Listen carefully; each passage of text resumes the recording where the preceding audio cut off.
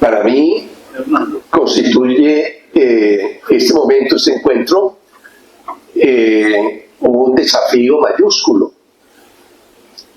porque en escasamente una hora debo presentarles la actualización que hemos desde años atrás venido haciendo de el fundamento epistémico de las ordenanzas, del decreto del gobernador Jaramillo y de la ordenanza de la Asamblea del Tolima del 2001, que instituyeron el Día del Tolima el 12 de abril, como resultado del estudio que una comisión de la Academia de Historia, asesorada por la Academia Colombiana de Historia y el acompañamiento de la Academia de Historia de Huila, hizo para determinar cuál debía ser el Día del Tolima. Entonces ellos tuvieron a bien decir que el Día del Tolima era el 12 de abril. Desde esa época, 2001, a hoy, 2026, ha transcurrido un cuarto de siglo. Y en algunos momentos nos ha parecido que no podíamos seguir funcionando con ese reduccionismo de que el Día del Tolima debía ser la celebración de un decreto de un presidente provisorio de los Estados Unidos de Colombia, que en plena guerra civil decide crear en el Alto del Raizal este Estado soberano como parte de la negociación política del apoyo del expresidente José Hilario López, que, como ustedes saben, al igual que Mosquera, es de origen payanés, como Obando, los tres grandes actores, y Mosquera, Obando y López, los tres grandes actores de la política colombiana en la década de 1850. Y esa negociación política se hizo pues a raíz de que el general José Hilario López, el presidente, ya estaba casado con una neymana, con una señora de Huila, ¿cierto? Y por supuesto, pues sus intereses en buena parte ahora eran como neymano, como miembro de la sociedad de Ney. Entonces nosotros nos hemos puesto en la tarea de investigar qué se ha escrito desde el 2001 sobre el Tolima, sobre el Estado soberano del Tolima. Y hemos encontrado, entre otros, estos trabajos que son fundamentales para nuestra pesquisa. En primer lugar, el trabajo de Uribe y López, La guerra por las soberanías, un trabajo del 2008, una obra en Antioquia conservador, además de ser geográficamente vecinos y económicamente complementarios, pues el trabajo decide que el espacio de la guerra federal, es este. Y nosotros a partir de ahí comenzamos a pensar, bueno, pero es que hay otro espacio de la guerra que es el Alto Magdalena. Ya vamos a mirar. Ocurre que en esa línea encontramos el texto de Roberto Velandia del 2013 de las guerras federalistas de Nariño y las provincias unidas de Colombia.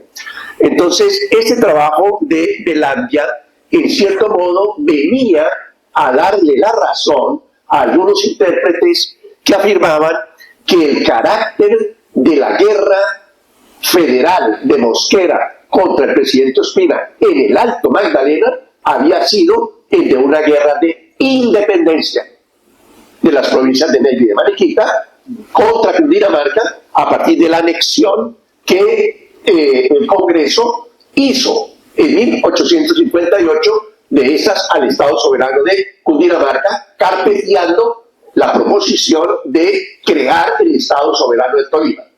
Lo rechazaron. ¿Por qué? Pues porque el Congreso y el gobierno eran conservadores. Y surge la pregunta, ¿qué razones habrán tenido ellos para negar la creación del Estado soberano de Tolima en 1857? Es decir, para que el Tolima hubiera surgido como surgieron todos los demás, por la vía legal. Por la vía legal. Y el Tolima entonces le toca recurrir a la guerra para poder obtener ese estatus político-administrativo como lo tenían los demás estados de Colombia en ese momento. Pues bien, a nivel regional hemos encontrado el trabajo de Arnoldo Vázquez, Mariquita y su provincia, en donde pues estuvimos muy atentos a mirar si en algún momento se abordaba el problema de cómo se origina el Estado soberano de Tolima. Pues no lo encontramos, pero en el texto de Guillermo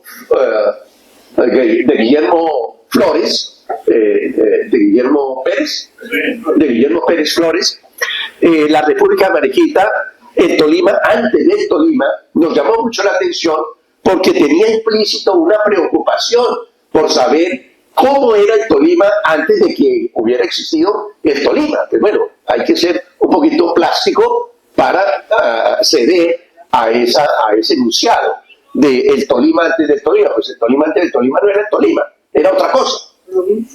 Exactamente. Pero entonces queda la duda de si se piensa es el Tolima solo en función del formato actual del departamento del Tolima, y se incluía también la de Neiva, y por supuesto el formato es el de el Estado soberano del Tolima, que nace en 1861. Pues bien, ocurre que en la tradición historiográfica huilense hemos encontrado dos textos magníficos.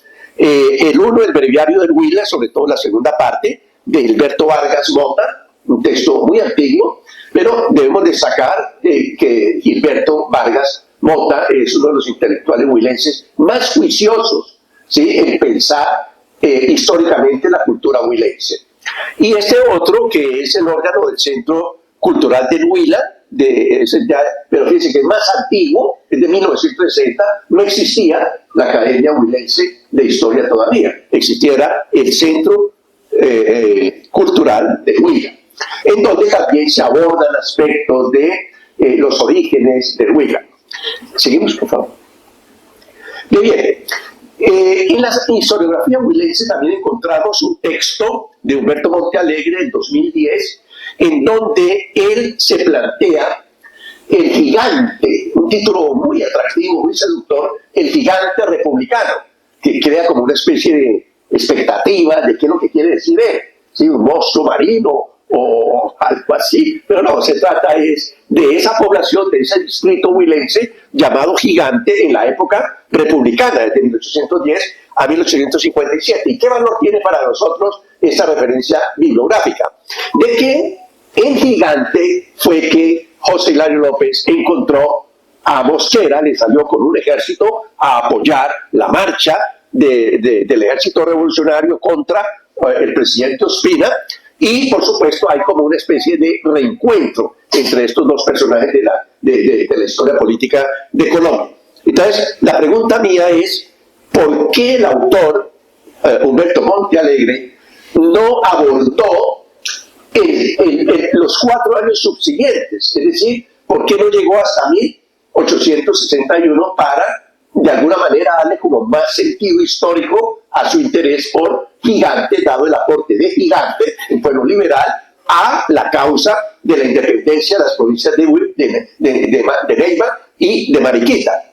En todo caso, ya por entonces, Delimiro Moreno, que es uno de los intelectuales, pues él es de origen antioqueño, pero su patria adoptiva es el Huila, había escrito un texto realmente interesante, que se llama, en donde sus capítulos 3 y 4 están dedicados a analizar la guerra en mención y a avanzar pues algunas explicaciones sobre el nacimiento del Estado soberano del Tolima. Pues bien, ocurre que consumado el hecho, bueno, antes de seguir a la consumación del hecho, debo retirarme un poquito acá hacia este trabajo de de Roberto Velandia, publicado por el Banco de la República, Cartografía del Tolima Grande, que pues bueno, es un esfuerzo muy respetable y todo, pero para mis pretensiones y mis ambiciones me resultó decepcionante. Es decir, no encontré cómo venir a ilustrar con una buena cartografía el Estado soberano del Tolima en este texto. Estamos pendientes de, pues quizás en la versión escrita de esta conferencia, poderlo presentar. Pero a donde vamos es, ahora sí, a que tenemos un rasgo muy singular del nacimiento del Tolima, como Estado, como entidad político-administrativa del Estado colombiano. ¿Cuál es? Que su genitor Mosquera, ¿sí? Claro, los padres fundadores del Estado soberano del Tolima no es realmente Mosquera, ¿cierto? Es otro grupo político de Neiva y de Mariquita que van a negociar con este señor la creación del Estado soberano del Tolima. En todo caso, el poder es el poder y él es el que toma la decisión de ordenarle a uno de los miembros de la expedición coreográfica de Agustín Codazzi, Felipe Pérez, que escriba la geografía del Tolima. Entonces, podemos decir, el Tolima es el único estado soberano de Colombia que nace con una cédula de ciudadanía, es decir, con un documento de identidad. ¿Cómo es esta geografía? Que ya vamos a ver un poco, pues tiene unas características muy interesantes para la historia. Y ocurre que a nosotros es una obra de 1863, claro, se tomó 2 años para escribir la obra y que probablemente estuvo inspirada en el informe que Codazzi presentó sobre el Estado, sobre las provincias de Neiva y de Mariquita, pero bajo el formato del Estado soberano de Cundinamarca, ¿sí? Porque en esa época pues pertenecían al Estado soberano de Cundinamarca. Acá hace poco estuvimos con Efraín Sánchez, el historiador del Banco de la República, trabajando un poco toda esa iconografía del Tolima de la segunda mitad del siglo XIX, con el trabajo de Gutiérrez de Alba también, y caímos en cuenta que esta obra de Felipe Pérez, sí, tiene sus defectos, por supuesto, pero parece estar fundamentada en el informe de la Comisión Coreográfica sobre las provincias de Mariquita y Neiva, que fue escrito en 1858. Bien, nos preguntamos, bueno, yo debo confesar que soy el primer analfabeta de esa obra. Es decir, yo esa obra no la había estudiado juiciosamente como me obligaba a hacerlo para preparar algunos trabajos que he venido preparando, para algunos trabajos que he venido elaborando sobre el tema y que pues para esta conferencia era mucho más acuciante, como lo vamos a ver en términos del material de apoyo. Entonces, descubrimos que un libro que es pertinente para dar cuenta del origen histórico del Tolima es un trabajo publicado en 1995, Premio Nacional de Historia, del doctor Ernesto Arpinzón, en donde él habla básicamente de cuál fue la política de baldíos nacionales durante el régimen republicano, es decir, de 1800 a 1900, y tiene un capítulo dedicado al Tolima. Es decir, y entonces encontramos la oportunidad de ver de qué manera, desde el punto de vista social y territorial, el Tolima que nace en 1861 ya contenía en germen todo lo que posteriormente adquiriría cuerpo como colonización antioqueña, es decir, todos estos pueblos de la cordillera, desde Herbeo hasta Anaire y quizás más abajo. Bien, entonces, siguiendo pues con esta línea, este enfoque geográfico histórico, nos preguntamos, oigan, ¿y qué razón da la geografía de Gonzalo París Lozano del año 1946 de este tema, de los orígenes del Tolima? Y encontramos que efectivamente esta obra, publicada durante el periodo en que Vargas Cortés Alfonso Palacio Rudas fue Contralor General de la República, que hay unos elementos que nos permitirían hacer, digamos, como un análisis comparativo entre lo que era el Tolima de 1863 y lo que era el Tolima de 1946. Pues bien, entonces, estos son, digamos, como las tablas de contenido a la izquierda de la geografía física y política, en donde hay unos elementos que hemos aprovechado para preparar esta conferencia, que es la parte de la historia y el territorio.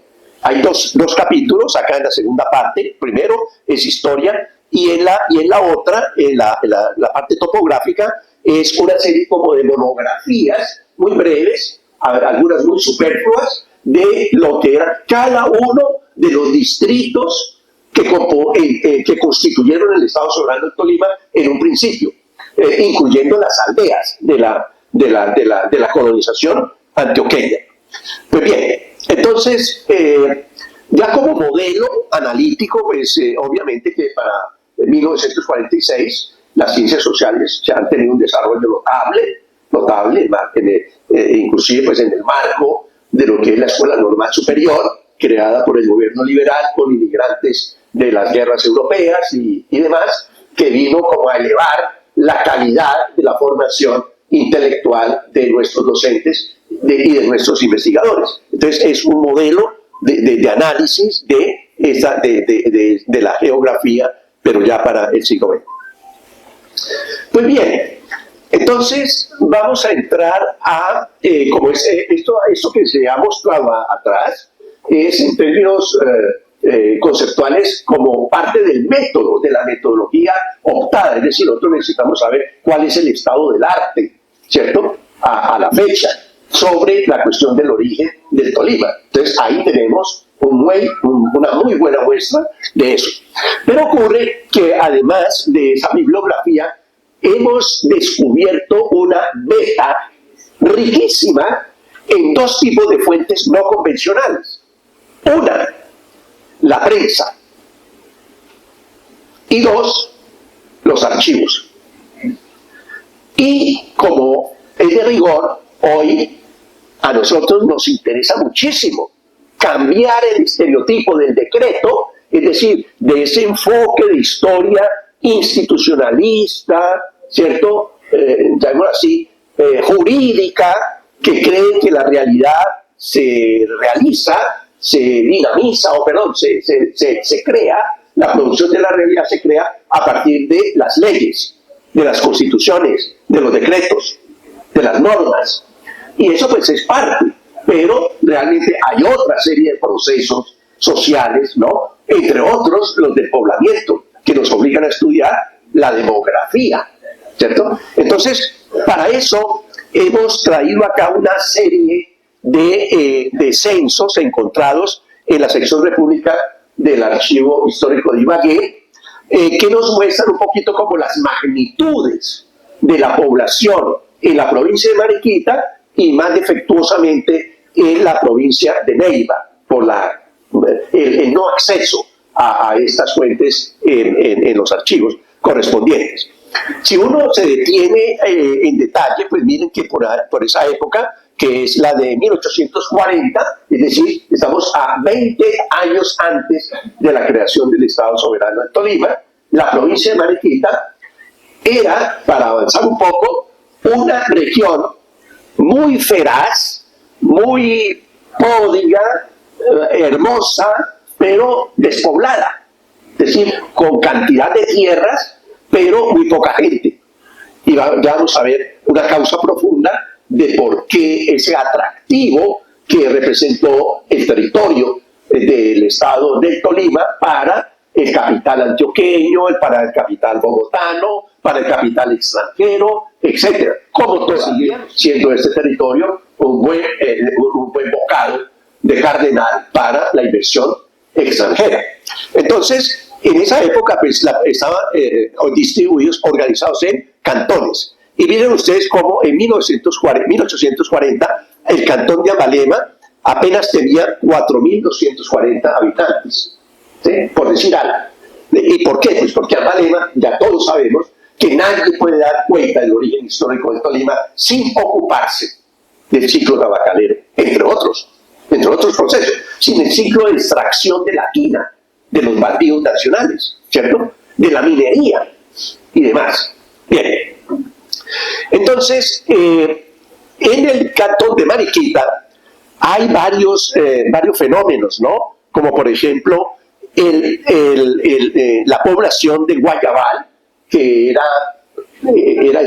ese efecto de la colonia, junto con Ambalema, de haber sido parte del distrito tabacalero de Ambalema. Entonces son más poblados que por Guayabal y Peladeros, hoy llamado Lérida, ¿cierto? Coloya, Peladeros, Coloya, más poblados que otras poblaciones.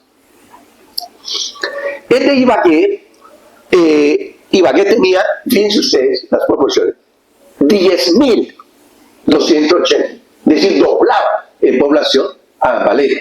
Y eso pues nos ayuda como a afinar un poquito la pregunta. Bueno, ¿y por qué?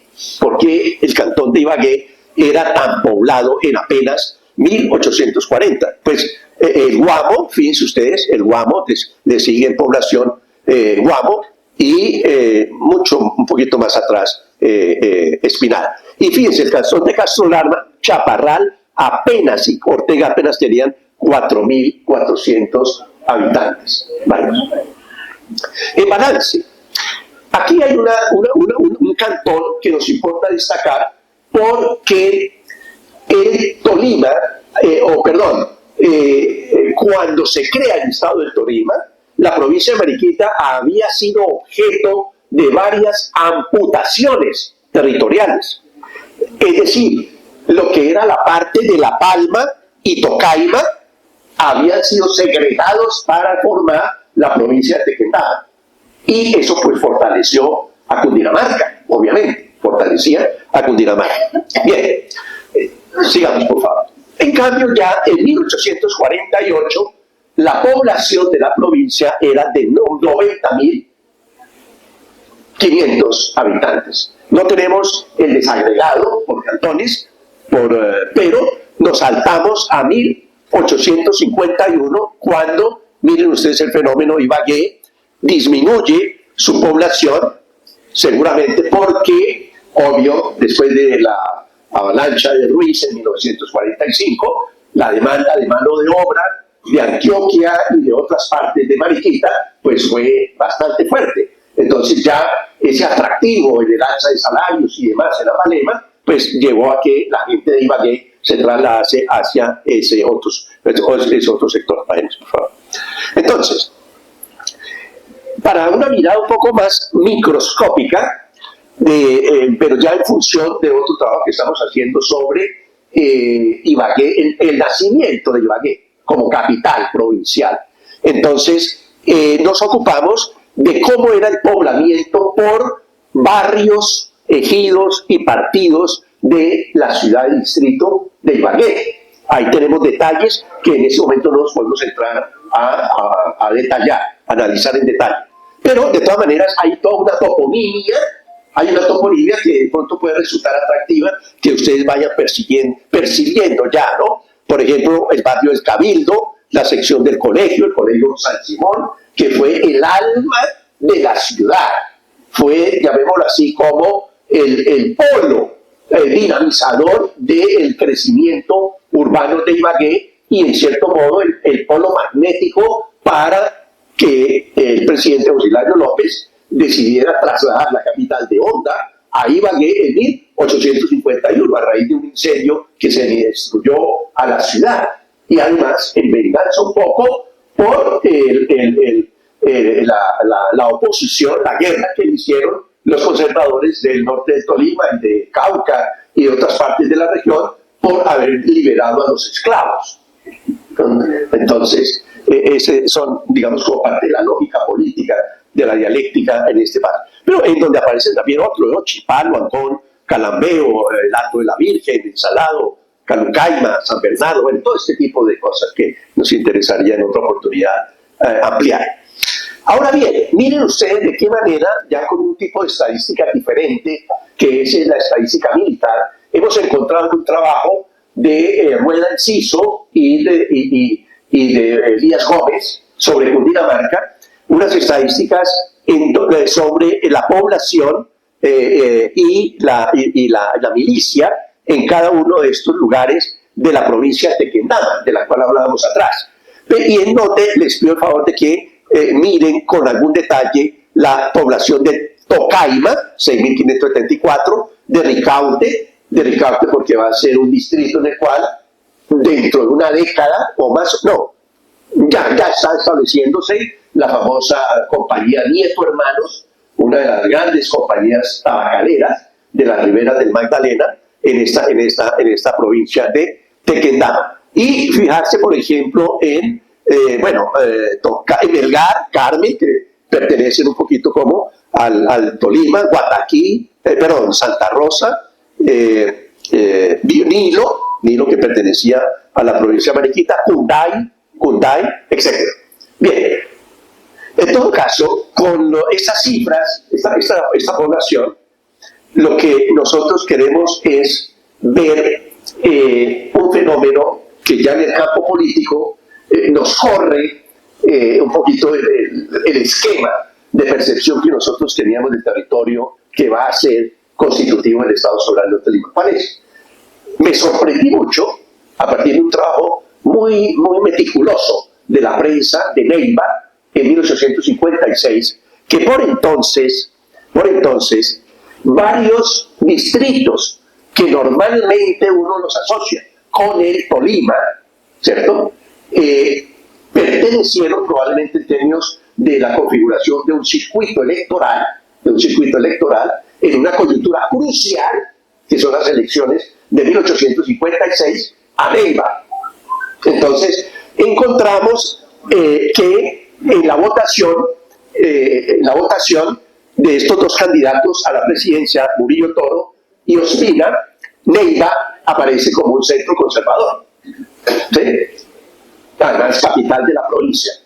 Pero alrededor de Neiva hay una oposición, fíjense, Campo Alegre, que históricamente ha sido el distrito, quizás con La Plata, más liberal del Huila, Campo Alegre, y que en términos en periodos de guerra civil, eso era cantado, el enfrentamiento entre los arrendatarios de la hacienda de Saldaña y la población de Purificación con los liberales de Campo Alegre. Qué curiosa paradoja que le hice notar en la conferencia pasada, en la cual a largo plazo vemos que cuando se termina de construir el distrito de riego de Saldaña, los que vinieron a aprovechar eso fueron los de Campo Alegre, ¿sí? Los arroceros de Campo Alegre, y inclusive hasta el Espinar. Pero bueno, hay otros lugares, Villavieja, que en la época, en 1856, es llamado el Londres de Neiva. Y vamos a ver por qué, un poco pues por efectos de el ciclo de la quina. Acá hay una gran sorpresa que ya en unos minutos la revelaremos. Pero el caso también de AIP, no sé, bajemos, por favor, Gigante, Cunday, Prado, Natagaima, Collaima, Purificación, pues era de mayoría conservadora, pero creo que también lo era Santa Rosa, Santa Rosa era liberal, Carmen, de mayoría conservadora, Cunday, mayoría liberal, Prado, etc. Debo decir que esta zona, Cunday, no está todavía Icononso, no está, era un baldío, no era baldío, era un bosque de propiedad de la familia Caicedo de Saldaña, de donde se extraían cantidades enormes de quina para la exportación. Bien, pasemos por favor. Aquí está también el caso de Dolores, Colombia, Alpujarra, Melgar, que nos completa un poquito con ese mapa de Neiva hacia 1856. ¿Por qué es atractivo esto? Porque nosotros, que poco sensibles somos a la configuración histórica del territorio, no nos hemos preguntado nunca por qué el Tolima actual tiene la forma que tiene y a quiénes se debe que haya quedado teniendo esa forma después de la desintegración del Estado del Tolima y la creación del departamento de Huila. Entonces, mire, ocurre que acá la historia es muy importante, pero definitiva. En la época colonial, Neiva fue una gobernación sujeta a la Real Audiencia de Santa Fe, pero en términos económicos estaba sujeta a las dinámicas del mercado de Quito y Popayán. Es decir, que en términos pragmáticos había como una fricción entre los santafereños y los quiteños. Los quiteños pues tenían más solvencia monetaria, pagaban mejor el ganado y bueno, se articularon a Neiva al mercado de Quito y en desmedro de Santa Fe. Entonces, ¿qué se ingenió la élite santafereña? Pues que Caicedo, uno de los miembros de la familia Caicedo, se vino para el Valle del Saldaña a crear un latifundio ganadero con el cual garantizar el abastecimiento de ganado de Santa Fe, no, de papá de él. Entonces, ¿a dónde está el trasfondo? Pues que en términos político-administrativos, la frontera entre la provincia de Mariquita y de Neiva era el río Saldaña. Luego, todas las poblaciones que estaban al sur de Saldaña eran jurisdicción del gobierno de Neiva. Solo que había una mediación no muy grata, y era que en esa jurisdicción estaban Collaima, Natagaima y Ataco, pueblos indígenas, ¿cierto?, que no dependían de la villa de purificación, sino de un corregidor de indios dominado por Santa Fe. Pero, de todas maneras, su obligación era captar el tributo de estos indios para las cajas reales de Santa Fe. Pero ocurre que ya después de la independencia, uno de los grandes aliados de Bolívar pues fue Domingo Caicedo Santamaría, ¿cierto? Domingo Caicedo Santamaría, que fue gobernador de Neiva durante muchos años y alcanzó a dejar una impronta. Las sorpresas son mayúsculas y más profundas, como lo vamos a ver más adelante al revisar la prensa. Siendo conservador, Neiva es la cuna.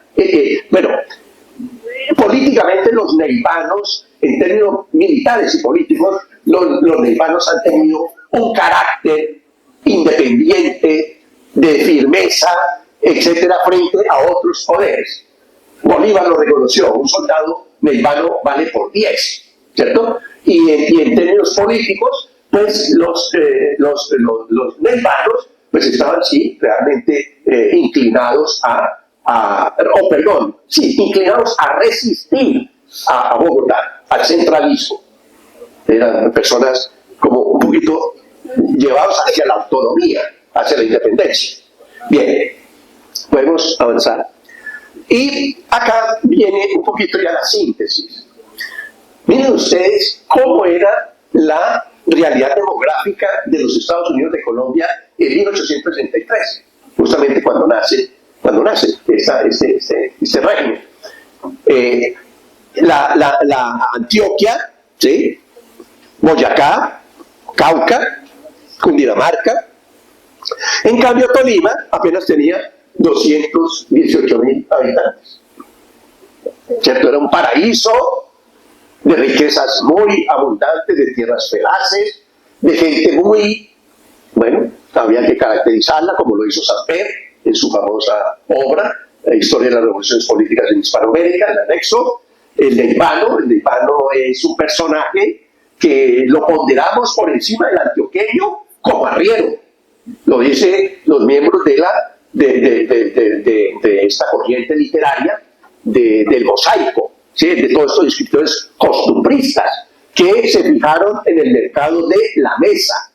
La Mesa era un lugar que había pertenecido a la provincia de Mariquita y que se ha convertido en el mercado que integraba la sabana de Bogotá, toda la sabana de Bogotá, con el Alto Magdalena y con el estado del Cauca. Ahí es donde entra a jugar muy bien el camino de Quindío y el camino de Ibagué a Guataquí y de Guataquí a La Mesa. Ese aspecto geográfico del mercado, de la estructura del mercado, es clave para entender las lógicas territoriales del Tolima en este periodo. Bien, entonces, Felipe Pérez, al redactar su geografía y analizar los datos, descubre una de las causas por las cuales el Tolima, el naciente Estado soberano del Tolima, era un estado despoblado, con muchas tierras ricas, muy bien ponderadas, muy atractivas, y era que había más mujeres que hombres. Había más mujeres que hombres en el censo, en esos 10.000, es decir, de esos 218.000, ustedes descompongan por género y réstenle 10.000 para ver por qué la tasa de reproducción, de crecimiento, era negativa, pues porque no había, digamos, hombres. No había hombres. Y además, por otras razones, es decir, ahí Felipe no agota la razón, ahí nos queda debiendo. ¿Cuál? La que les anuncié en la pasada conferencia, de en qué condiciones es que surge el Tolima. Oiga, el Tolima surge al costo económico de una guerra de 2 años, con ejércitos circulando de norte a sur, de sur al centro y de occidente a Bogotá. Mantener durante 2 años esas tropas. Por ejemplo, el ejército de Mosquera, que traía Mosquera del Cauca, los negros comen harto. Entonces, las haciendas y todos los cultivos, las labranzas, debieron padecer muchísimo. Bueno, digamos que esa es una. Pero, por si fuera poco, les dije yo en esa oportunidad, además de los costos de la guerra, está la sequía. La sequía que sobrevino después de terminada la guerra durante 18 meses de sequía, que generaron epidemias, que generaron una serie de factores bastante hostiles. Y obviamente eso lo registró este geógrafo antioqueño, Manuel Uribe Ángel, en su viaje de Medellín a Bogotá, cuando él bajó por Ambalema, por Honda, y vio a toda esa gente pálida, anémica, así, enclenque, pues por efecto del hambre. No porque el habitante del Alto Magdalena fuera real genéticamente así, no, era que ahí estaba pasando unos años bastante severos, ¿no? De eso. Pero bien, vamos ahora a ocuparnos un poquito de algunas ideas que después de abordar bueno, déjame un poquito la bibliografía, porque es que hay otros textos. Vean arriba la bibliografía. En bibliografía. No, abajo, donde dice bibliografía. ¿Dónde dice bibliografía? Ahí, en bibliografía, ahí. Ocurre que, además de la bibliografía que ustedes vieron allá, en carátulas, hay una serie de fuentes bibliográficas que son un tesoro. Uno no puede dar cuenta de los orígenes históricos del Tolima, particularmente en cuanto hacia la guerra civil, sin leer el discurso que el propio general Tomás Cipriano Mosquera le dirige a la Convención de Río Negro en 1863. Es un texto magnífico, muy detallado, de cómo había hecho en la guerra, y en donde están lo que hemos venido diciendo, los costos, aunque él no lo dice. Pero bien, hay otros textos como este de Gustavo Arboleda, Historia Contemporánea de Colombia, que también se ocupa de eso. Hay un texto de Medardo Rivas, de Camacho Roldán. Nadie puede, es decir, si uno entiende los orígenes históricos del Tolima, más allá del decreto, pero en la línea constitucional, pues obvio que tiene que pasar por la Asamblea Constituyente del Estado Soberano del Tolima, y tiene que pasar por la Convención de Río Negro. Y el mejor biógrafo de la Convención de Río Negro es nada menos que Salvador Camacho Roldán, uno de los titanes, uno de los grandes empresarios colombianos del siglo XIX, pero además un intelectual de 24 quilates. Es decir, por favor, como es estos textos de este miembro, por ejemplo, de la generación del mosaico, Emilio Castos, que entre otras cosas acá en Ibagué no mereció la atención de vida. Se han ocupado de Jorge Sáenz, el protegido de él, pero de él mismo nada. Y es un personaje mayúsculo. No sé, Jeremy, se nos quedó en en la bibliografía, allá en las carátulas. No sé si sacamos la carátula de el libro sobre la minería antioqueña. Sí, ahí está. ¿Ahí está? Sí, señor. Míralo, ahí está. Lo había pasado por alto. Y es mira. Si el Estado Soberano de Tolima nace con una cédula de ciudadanía, con esa geografía, Antioquia nace con el estudio de Manuel Uribe Ángel, Camilo Echeverry y José Manuel Restrepo, Emilio Castro, se llama Estudios Industriales sobre la minería antioqueña. Es un deleite para un lector de historia empresarial, de historia literaria, para un historiador, leer este libro. ¿Por qué? Porque en cierto modo ahí está condensado, ¿cierto?, la esencia del espíritu antioqueño y la razón por la cual ellos fueron, en cierto modo, geófagos, dada la erosión de sus tierras. Era un pueblo pobre en tierras, muy numeroso, por supuesto. ¿Qué les tocaba hacer? Como lo entendió muy bien el fundador de la patria antioqueña, Pedro J. Berrío, después de que matan al presidente Castro, ¿sí?, para tomarse el poder los conservadores, y Murillo Toro, pues en cierto modo termina aceptando eso. La orden de Pedro J. Berrío era emigrar, ir a llevar la religión e ir a talar montaña y a fundar pueblos. Esa era la misión, el carácter mesiánico del pueblo antioqueño en la era de Pedro J. Berrío. Por eso es tan importante este estudio. Bueno, ahora sí podemos volver bueno, ya había mencionado a Rueda Enciso y a Elías Gómez, pero nos queda una obra magnífica, José María Samper.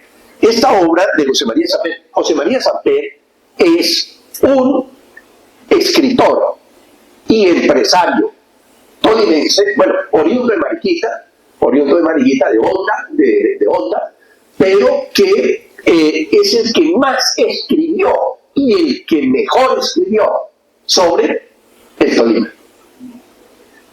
Es admirable la abundancia y la calidad de escritos que tiene José María Samper.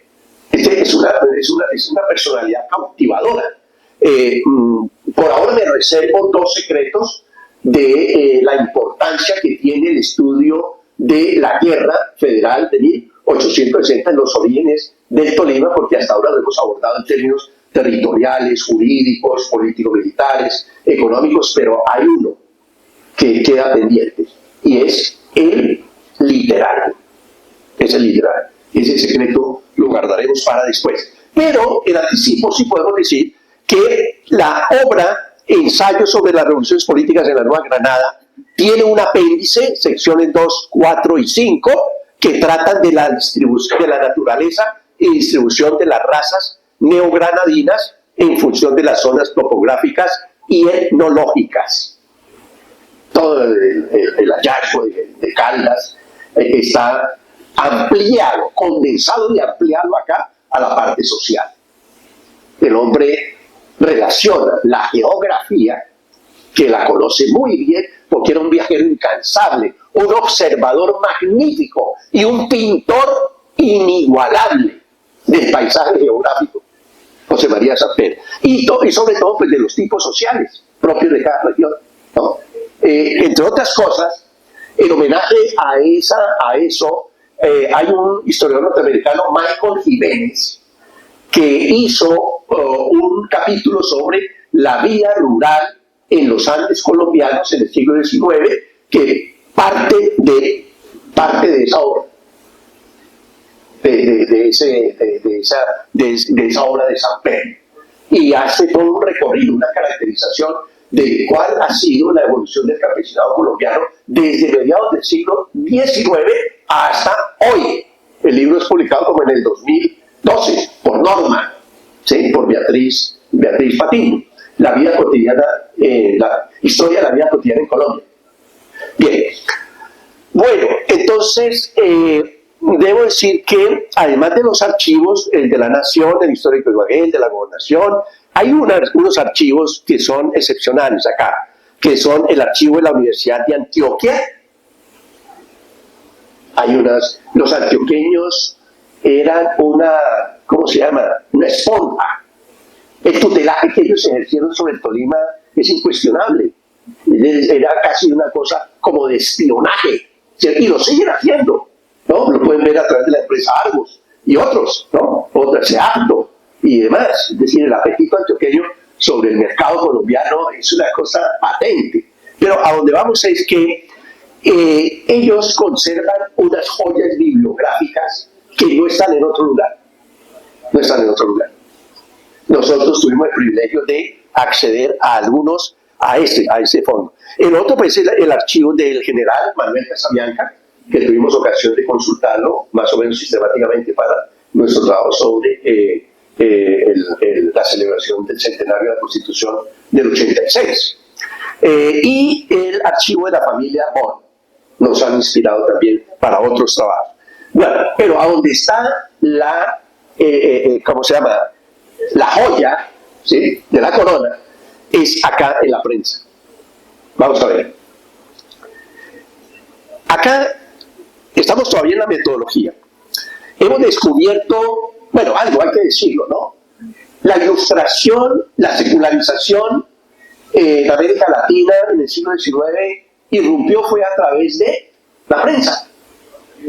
La prensa, ¿sí? Es decir, el género literario predilecto de las élites ilustradas en el siglo XIX fue el periodismo. Además de ser una herramienta política excepcional, ¿cierto? En esa época, pues, todo se tramitaba, eran los debates, la información, bueno, todo, a través de los editoriales, de los artículos y demás. Y el Tolima no fue la excepción. No fue la excepción. El traslado de la capital de la provincia de Mariquita a Ibagué implicó el traslado de la imprenta al Colegio San Simón. Y miren ustedes esa conjunción: imprenta e intelectualidad académica. Entonces, todos los profesores de San Simón, bueno, la mayoría, que eran abogados, eran médicos, eran, ¿sí?, personas muy, muy avanzadas, pues encontraron en la imprenta un mecanismo tecnológico y cultural para escribir, para publicar, para participar en todo este proceso de la modernización. Entonces encontramos estos periódicos, la imprenta justamente se llama así, esos números los consultamos, La Voz del Tolima, que fue ese periódico publicado en Ibagué que más duró en la década del 50, La Voz del Tolima, de diciembre de 1852 hasta enero de 1855, es decir, que sobrevivió a la dictadura de Menem, cosa que era muy reveladora. Bien, y también hay algo que no ha sido advertido, ni siquiera los estudiosos del general Menem, y es que hay una fuente periodística que contiene una información valiosísima sobre las percepciones que tuvo el gobierno constitucional sobre los melistas. Eso está en el registro oficial, es decir, el periódico de Colombia, del Estado colombiano, el periódico oficial de Colombia, que se publicó acá desde junio hasta el mes de septiembre, hasta cuando ya se tienda a normalizarse la situación. Después de La Voz del Tolima lo retomó adquiere el nombre de Tolima, y cuyo director fue Patrocinio Cuellar, el que escribió la primera monografía moderna sobre Ibagué en 1848. Patrocinio Cuellar, usted sabe que era de alguna manera muy amigo del general, bueno, de José María Melo. Creo que fue con Bernardino Torres Torrente los líderes de la campaña de José María Obando, el político más carismático del siglo XIX en Colombia, José María Obando. Y bueno, ya saben ustedes bien, ahí corrieron la suerte que tenían que correr, pues, estos dos personajes, Patrocinio y Bernardino Torres. Ahí está el boletín oficial que les decía, entre julio y agosto. Estos números del periódico El Huila son una joya. Son una joya. Descubren, para un tolimense, para un tolimense que no caiga en la trampa de pensar a Tolima solo en función de los límites del departamento actual, sino en función de lo que fue el Estado soberano de Tolima, porque es que había un defecto muy grave entre nosotros, tanto por los huilenses como por los tolimenses, y ese es de que los huilenses se han dedicado a tocarse el ombligo y solamente estudiar el Huila, ¿no? Y el Tolima lo olvidaron la matriz, ¿cierto? Y nosotros los tolimenses hemos olvidado el Huila. Entonces ahora se trata de tratar como de pensarnos en términos integrales y decir, bueno, mire, necesitamos ocuparnos de la prensa del Huila, ¿sí? Y exacto, el Tolima grande. Entonces encontramos acá en el Huila, y aquí yo era un escéptico, no me convencía mucho de lo que se decía de José María Rojas Garrido, pero leyendo los escritos de José María Rojas Garrido del Huila, me convenzo que era un hombre de gilates, de verdad. No era, como dicen algunos denigrantes de él, un hablapaja, ¿sí? un hombre, un orador, un gran orador que, al igual que otros, decía poco, pero que conmocionaba, que arrastraba a la gente. Bien, entonces, este periódico El Huila está complementado, pero tiene un valor grande para nuestro propósito, y es que ahí publicó José María Samper su artículo sobre Neiva y Mariquita, o Huila y Tolima, el 27 de junio de 1855, a propósito del proyecto de creación del Estado Soberano de Tolima. Ustedes saben que 1855 es un año excepcional en la historia política de Colombia. ¿Por qué? Pues porque viene la posguerra de Melo, y porque aparece Estados Unidos con la cosa, el tratado para construir el ferrocarril en Panamá. Y desde el 48, desde el 50, Melo, que era un hombre cosmopolita, bien informado, y Bernardino Torres Torrente, que era un viajero insaciable, ya están hablando de Panamá y están escribiendo sobre el futuro de Ibagué en función del canal de Panamá. ¿Sí? Pues, hombre, ¿qué significaba el ferrocarril de Panamá? Pues el tránsito hacia California, el oro, la colonización del oeste, y bueno, toda una cantidad de cosas.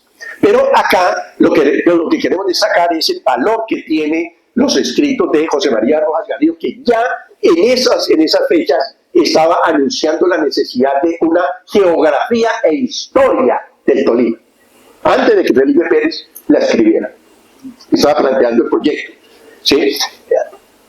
Una sorpresa grande fue descubrir nosotros a un articulista de nombre Joaquín Osorio, de Lobo, Huila, de Lobo Neiva, provincia de Neiva, que estaba en la misma sintonía de Manuel Murillo Toro y de José María Samper respecto a la creación del Estado Soberano de Tolima. Acá está en estos números de el Huila.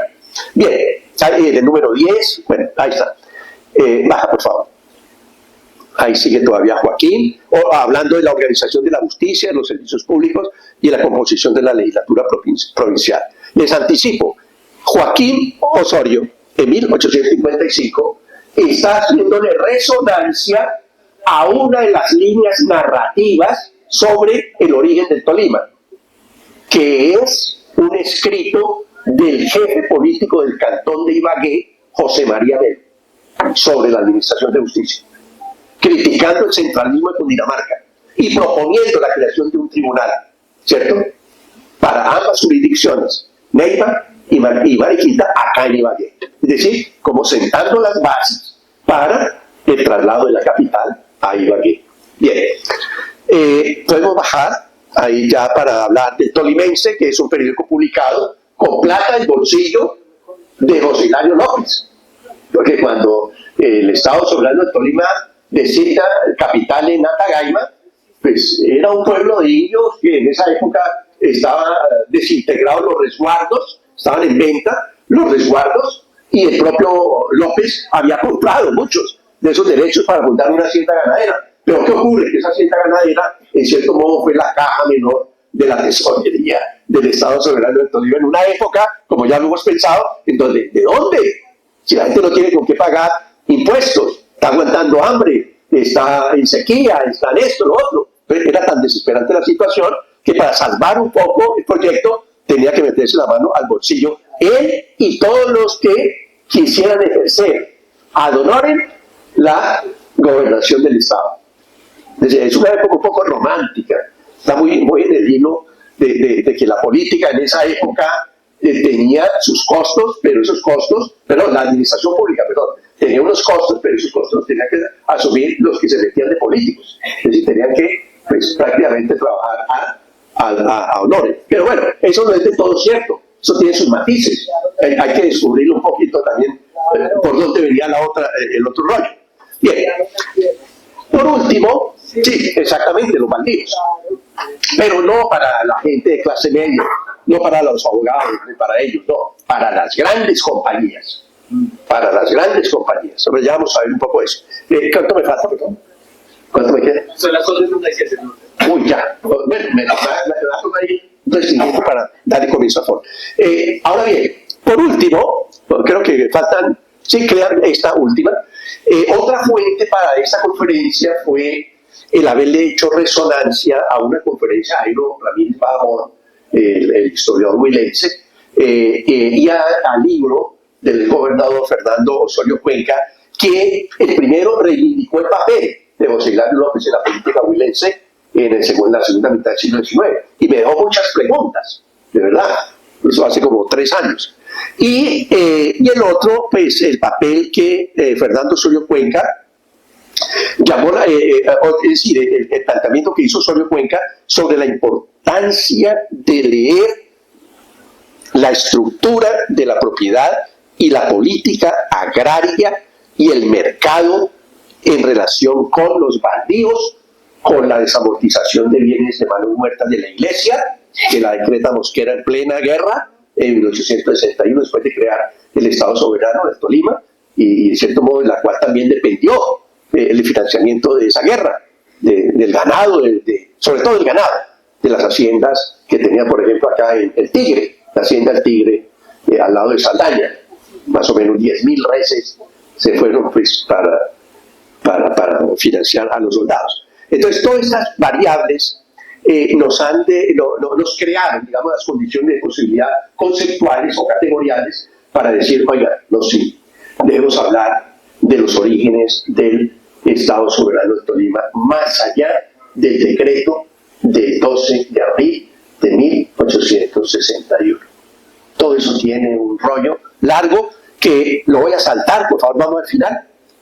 Hay algunos desarrollos, hay unas narrativas sobre el oriente del Tolima, hay unas hipótesis explicativas hay una periodización sobre el periodo prefederal en Mariquita, la dictadura de Melo, los melistas, los antecedentes del Estado Soberano, y vamos a llegar a los comienzos, la obra de Felipe Pérez, al final, por favor. Vamos al final, en donde el debate, bueno, sí, se creó el Estado Soberano de Tolima, pero mire, es un enclenque, es un esqueleto anémico, no tiene con qué financiar la administración, no tiene de dónde. Entonces aparecen los críticos, que entre otras cosas es un tolimense, que firma con un seudónimo.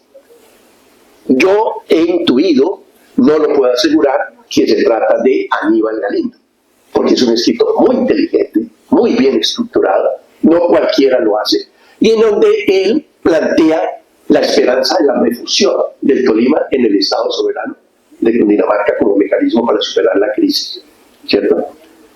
Pero hay otros que perseveran, baja por favor un poquito, hay otros que al contrario de eso están, como se dice, echando para adelante, ¿no? Entonces, lo que se quiere acá es mostrarles un poco como el argumento central de, entre comillas, Aníbal Galindo. Son las proporciones. Mire, el Estado Soberano de Cundinamarca tenía 500.000 de habitantes. ¿Les parece? Una superficie que abarcaba desde el río Magdalena hasta el río Meta, hasta el río Orinoco. Decir que ventajas. Entonces, bajemos por favor. Todos los climas, bueno, una población X, etc. En todo caso, bajemos por favor. Lo que se quiere plantear, pero un poquito más acá, es que el Tolima apenas tenía 222.000 habitantes. Pero, para ir al grano, baja por favor, vamos a hacer la cita de Camacho Roldán que les había prometido.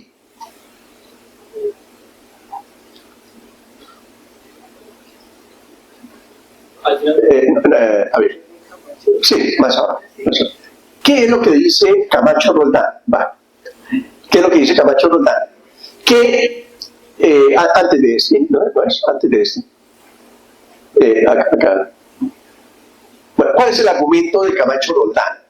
Camacho Roldán sostiene que entre 1850 y 1875 la región más rica de Colombia fue el Tolima, en virtud del tabaco, de la quina, del oro, de los cueros, de los sombreros, y bueno, una cantidad de producción industrial que como que dice, oiga, pero es que el Tolima en esa época clásica, en esa época dorada, no era las provincias de Neiva y de Mariquita como lo eran antes de la década del 50. Realmente había habido una repotenciación del Tolima, de esta región del Alto Magdalena, en un cuarto de siglo. Él calcula las rentas. Miguel Samper, en sus escritos, hace un análisis muy interesante de cómo fue la circulación del capital generada en Amalema, ¿cierto? Por la clase empresarial bogotana. Finalmente, esa plata terminó reinvertida en la producción cafetera a partir de la década del 70. Es decir, que hay todo un tema pendiente por trabajar, pero que nos deja el asunto. Bueno, aquí lo que queríamos mostrar era esa Amalema, que si bien era una región muy rica, esa plata ¿a dónde iba? ¿Cómo se saca, cómo se extraía ese capital? ¿En qué condiciones trabajaban los cosecheros? Entonces acá se muestra, ¿no? El propio Samper, bueno, Samper no es tan crítico como Camacho Roldán, de verdad. Creo que es un poco más crítico Medardo Rivas, pero definitivamente el hombre que marca la diferencia es Camacho Roldán, cuando él caracteriza cómo era que ellos, cómo era que se sacaba ese capital de Amalema, a través de los cosecheros, de los arrendatarios, etcétera, etcétera. Hay otro capítulo que queda pendiente, otro secreto que queda pendiente para otra oportunidad, y es otros escritos sobre la revolución del tabaco. Ocurre que cuando se crea el Estado Soberano del Tolima, se decreta la abolición del monopolio y del sistema laboral que tenían los terratenientes de Amalema con los cosecheros. Entonces, ¿qué viene? Una disputa.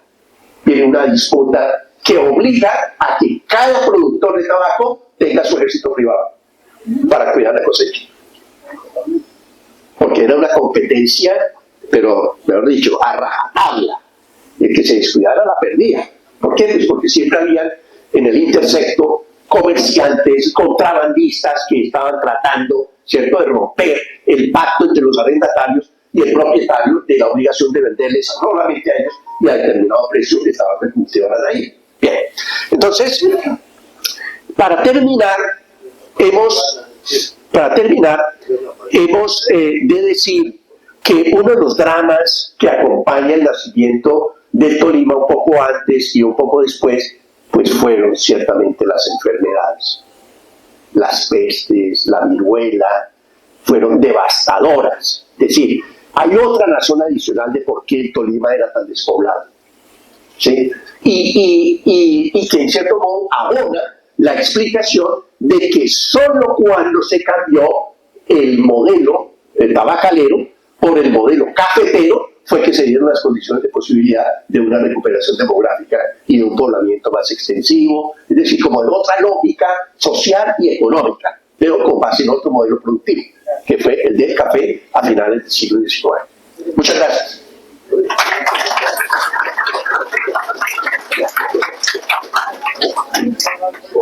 Bueno, el foro que queremos suscitar a continuación con los centros de historia